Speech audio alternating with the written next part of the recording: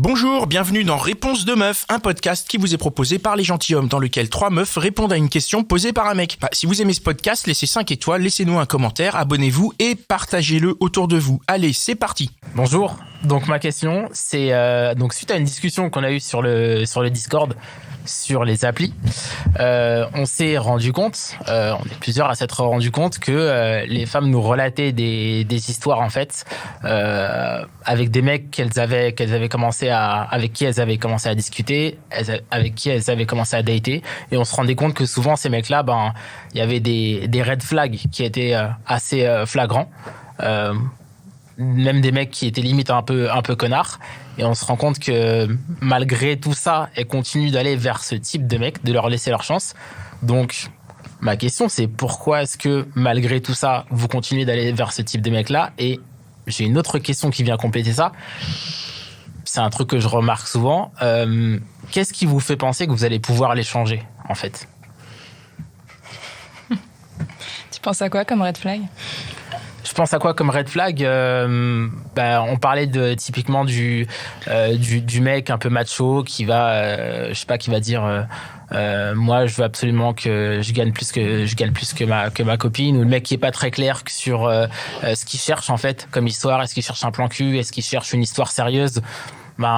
Ça m'est arrivé assez régulièrement de voir des femmes qui savent que le mec c'est pas très clair dans son esprit, mais finalement elles savent déjà elles viennent avec leur intention, elles savent qu'il y a un truc sérieux, et le mec on sait pas trop en fait, il investit, il est toujours dans le flou et il veut pas préciser quoi. Je pense qu'il y a peut-être une histoire de maturité, de quand tu es plus jeune, tu t'explores en fait, et tu sais pas forcément c'est quoi les red flags, et justement tu peux te dire la personne elle peut bouger. Après c'est avec l'expérience, tu te dis en fait non, tu peux pas changer les gens, tu peux, mais généralement si un mec il veut pas s'engager, c'est pas, peut-être tu vas lui donner l'envie de changer, mais bon, s'il est resté dans moi je veux juste kiffer la vie, il est dans son truc quoi. J'ai l'impression qu'il y a ce truc de challenge. Et en fait, ce que tu dis, tu parles de jeunesse. En fait, les personnes avec qui on discutait de ça, elles n'étaient pas dans la vingtaine, quoi. Elles avaient vraiment la trentaine bien tassée, 40 ans. Enfin, c'était pas des débutants ou débutantes des applis, quoi. Alors, je pense qu'il peut y avoir, je vais parler en général pour ce type de femmes, parce que je me reconnais pas dedans, mais je pense qu'il y a aussi des personnes qui ont ce petit syndrome de l'infirmière, et qui se disent, qui justement veulent être un peu l'exception qui va confirmer la règle peut-être, et se dire en tant que sauveuse, je vais lui montrer qu'il peut m'aimer moi, ou peut-être qu'il n'a pas envie de sérieux, mais avec moi il va vouloir se poser, etc. Et également des personnes qui n'ont peut-être pas fait suffisamment de travail sur elles-mêmes, de déconstruction peut-être, et de se rendre compte à quel point c'est néfaste. Surtout la personne avec qui elles discutent ont tous les paramètres qu'elles ne veulent pas, mais elles vont s'entêter parce que soit elles vont se focuser uniquement sur l'aspect physique parce qu'elles vont avoir un crush physique sur la personne, et vont se dire mais en fait c'est pas possible que ce soit pas réciproque, ou qu'ils ne correspondent pas à ce que je veux. Donc en fait elles vont peut-être ignorer tous les signaux, se mettre des œillères pour essayer de faire entrer ce profil-là dans la case qu'elles ont déterminée, donc sans vraiment prendre en compte la personne qui est en face. Donc je pense qu'il y a un problème de maturité dedans, et de pas de recul nécessaire. Alors que bizarrement, je pense que si elles s'entendent quand elles parlent de ces gens-là, et surtout que c'est pas, qu'elles le relatent plusieurs fois, tu te rends bien compte qu'il y a un pattern, et qu'en fait, il faudrait qu'elles les identifient assez rapidement, ou en tout cas faire une sorte de stratégie pour identifier assez rapidement ces gens-là, et pas se prendre la tête et juste dire ok, il correspond pas à ce que je veux, je passe à côté, je perds pas mon temps. Et en fait, t'en as qui veulent perdre leur temps pour essayer de se convaincre qu'elles sont toutes puissantes, ou que oui, elles sont tellement exceptionnelles, ou si elles donnent le temps au gars d'apprendre à les connaître, donc peut-être qu'il va avoir une illumination, et que du coup elle va représenter pour lui ce qu'il a toujours espéré. J'en sais rien, mais je pense qu'il y a plus du côté des nanas un manque de maturité à ce point-là, sur ce point-là, où elles manquent de recul peut-être, juste le manque de recul pour se dire mais pourquoi j'attire toujours les bonnes personnes, les mêmes personnes. Peut-être élargir un peu le champ et se dire peut-être que si je suis tout le temps dans une représentation elle pense que la personne qui leur convienne et doit répondre à tel moule. On ne dit pas d'aller à l'encontre de ce qu'on veut, mais tout simplement d'élargir un peu plus. Peut-être qu'en fait, elles ont trop réduit le champ et qui font qu'en fait, que le peu de personnes qui vont rentrer dedans, déjà, il faut pouvoir créer un coup de cœur pour avoir une attirance pour quelqu'un. Et donc, le peu de personnes pour lesquelles elles vont avoir une attirance, ça ne va pas correspondre.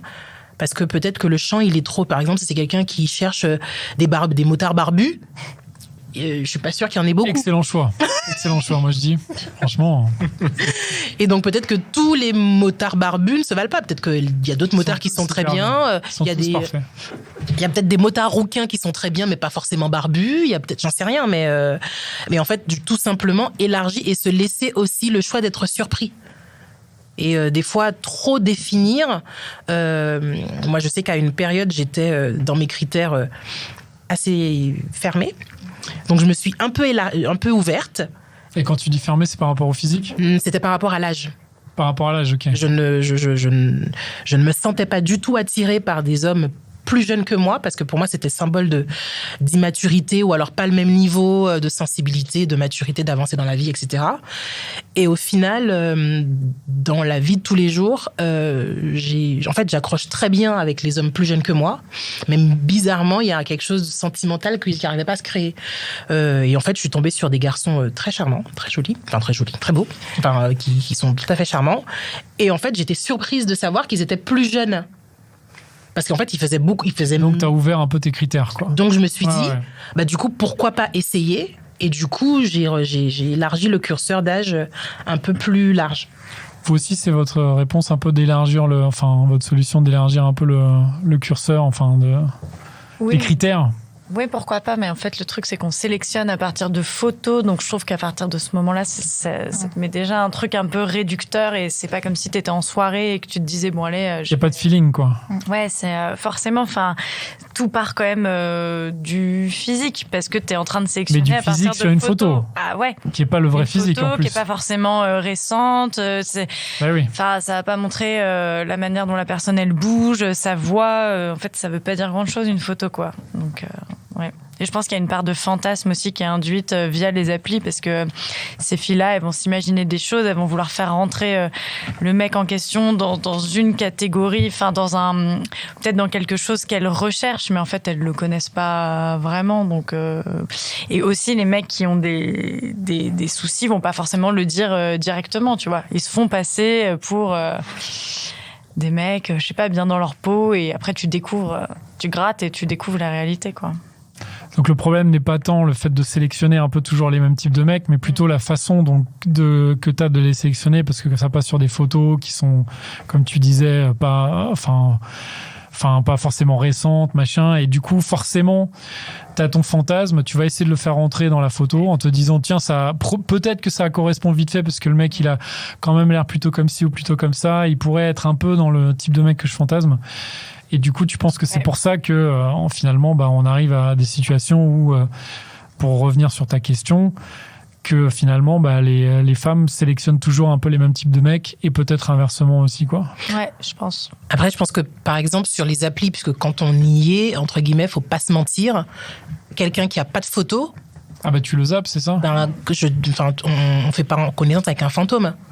Donc, entre guillemets, la sensibilité ou l'attirance, même dans la rue, entre guillemets, avant d'accepter de donner ton numéro de téléphone à quelqu'un, que ce soit en soirée ou pas, tu le vois, la personne. Oui, mais dans la rue, c'est différent. Oui, parce qu'il y a de la gestuelle, etc. Mais l'application, c'est sur les photos retouchées. Mais si on y est, on joue le jeu.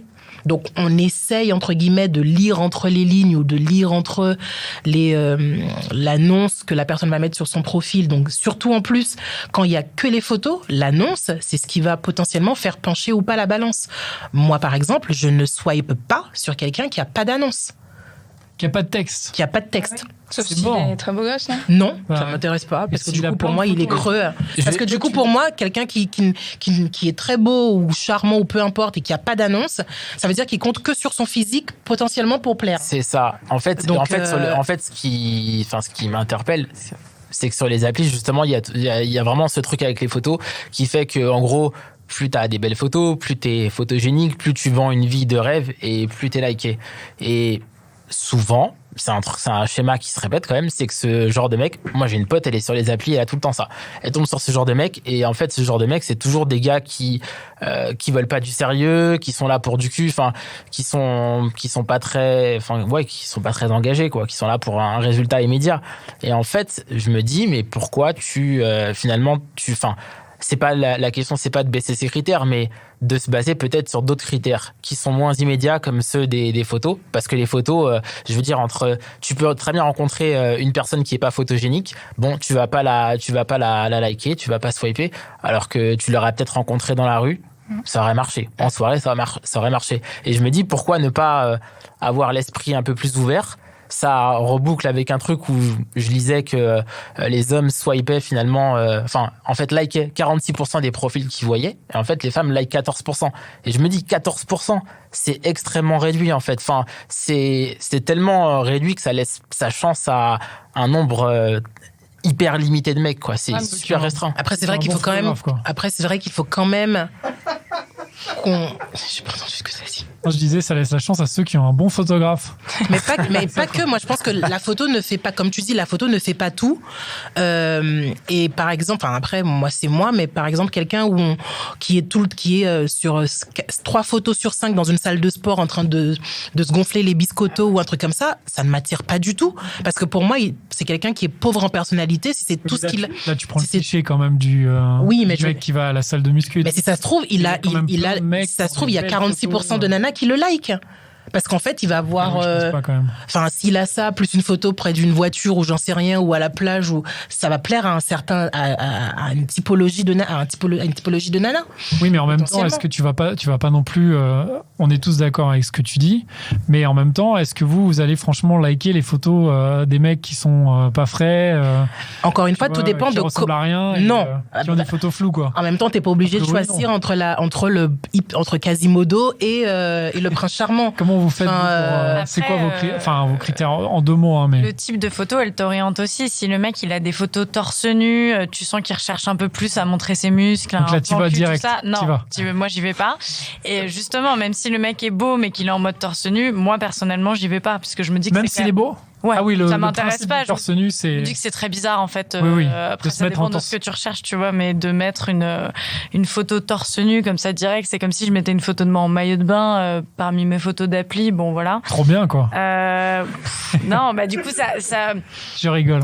Mais je pense que déjà, ça, c'est un indice. Après, je suis d'accord avec toi que. Faudrait laisser la chance, même si le mec est pas trop photogénique et tout, mais malheureusement c'est un peu la dure loi des applis, c'est que je vais pas aller quand t'es pas photogénique, c'est perdre mon temps entre guillemets en me disant bon bah vas-y je vais en liker plein parce que ça se trouve le mec est génial dans la vie, parce qu'en fait je vais pas avoir le temps de faire plein de dates avec plein de mecs et tu vois je vais quand même sélectionner malheureusement, mais après tu peux sélectionner en orientant selon ce que tu cherches, tu vois. Si t'as envie que le mec, il a un peu les mêmes centres d'intérêt que toi, bah, peut-être que tu vas bien aimer des photos de voyage ou des trucs liés à l'art ou voilà. Plutôt que si par exemple t'as pas envie d'avoir un plan cul pur et dur, et ben tu vas pas sélectionner le gars qui a mis toutes ses photos torse nu, quoi. Voilà. Moi, je suis d'accord dans ce que tu dis, où tu dis qu'il faut effectivement élargir et pas aller vers et pas écouter que les photos, parce qu'effectivement le texte de présentation fait pour beaucoup, parce qu'effectivement tu peux faire passer une partie de ta personnalité que tu ne verrais pas sur les photos, ou alors que quelqu'un saisirait mal. Et aussi, ça va dépendre du type de photo que la personne va mettre en ligne. Quelqu'un qui va peut-être faire partager sa passion. Moi, je vais être très sensible à quelqu'un, par exemple, qui se prend en pleine nature, en rando, en montagne, ou par exemple avec un instrument, ou dans une activité, quelque chose comme ça. Avec un fusil. À l'acrobranche ou alors au paintball. Non, mais dans une activité quelconque, ou alors dans un concert, ou dans un moment en tout cas où où en tout cas on le voit un peu solaire, lumineux, quelqu'un qui... Ah oui, et un mec qui sourit. Ah ouais, grave. Le nombre Ouais. de photos où les mecs, ils tirent la tronche parce qu'ils savent pas... Je l'accorde. Ouais. Des fois, ils peuvent avoir... ils savent pas sourire ou parce que machin, mais c'est tellement... Et moi, ça m'est déjà arrivé, par exemple, de matcher avec un gars qui n'avait pas forcément souri. Et ma première phrase, je lui dis, ta photo, il lui manque juste une chose, c'est un sourire. Et parce qu'en fait, mais pas bon, il avait un potentiel, mais tu sens que ça lui aurait tellement rajouté un petit truc en plus. Et en fait, ça manque de photos, enfin, où juste les gars, on a l'impression qu'ils sont joyeux. Donc, si on a l'impression que eux-mêmes ils s'ennuient avec eux-mêmes, non, j'ai pas forcément, même s'il est peut-être très sympa à rencontrer dans la vraie vie, mais faut un peu de. C'est vrai que c'est malheureusement, on a que ça pour se décider sur un instant T très court, mais on peut essayer de... moi, par exemple, quand je pars en vacances avec mes potes, nous, on adore prendre des photos. Moi, je leur fais plein de photos où ils sont tout seuls, où on est en mode, on fait une activité, on rigole, on machin, pour essayer de leur faire des jolies photos. Et je leur dis, voilà, je mettrai à jour ton app maintenant. Au moins, t'as des photos un peu sympas. Voilà. Et comment tu sélectionnes, toi, les photos? Les no-go, ouais, c'est... En gros, je vais pas matcher si c'est... si les mecs est torse nu, machin. S'il sourit pas, si, par exemple, un mec qui a tout le temps des lunettes de soleil sur toutes ses photos. Ça arrive très souvent. Et ensuite, j'avoue que un mec un peu trop superficiel, ça me tente pas. Mais ça veut dire quoi? La Tu salle. veux dire avec une grosse bagnole Ouais, ou la salle et tout, c'est vraiment lui, celle de son sport corps, et quoi. tout. Oh, ouais. Et après, sinon, sur là où je serais peut-être mitigée sur son physique, ça va être la bio qui va faire genre une blague. Enfin, Donc, t'as besoin d'une bio aussi? pas toujours, mais si ça peut faire la diff Ça peut faire la diff un peu? si le physique est pas forcément... Mais en vrai, il y a tellement... Enfin, c'est un peu le concept des apps, c'est qu'il y a tellement de profils. C'est ça. Est-ce que si c'est mitigé, est-ce que tu t'es pas plutôt à zapper, non?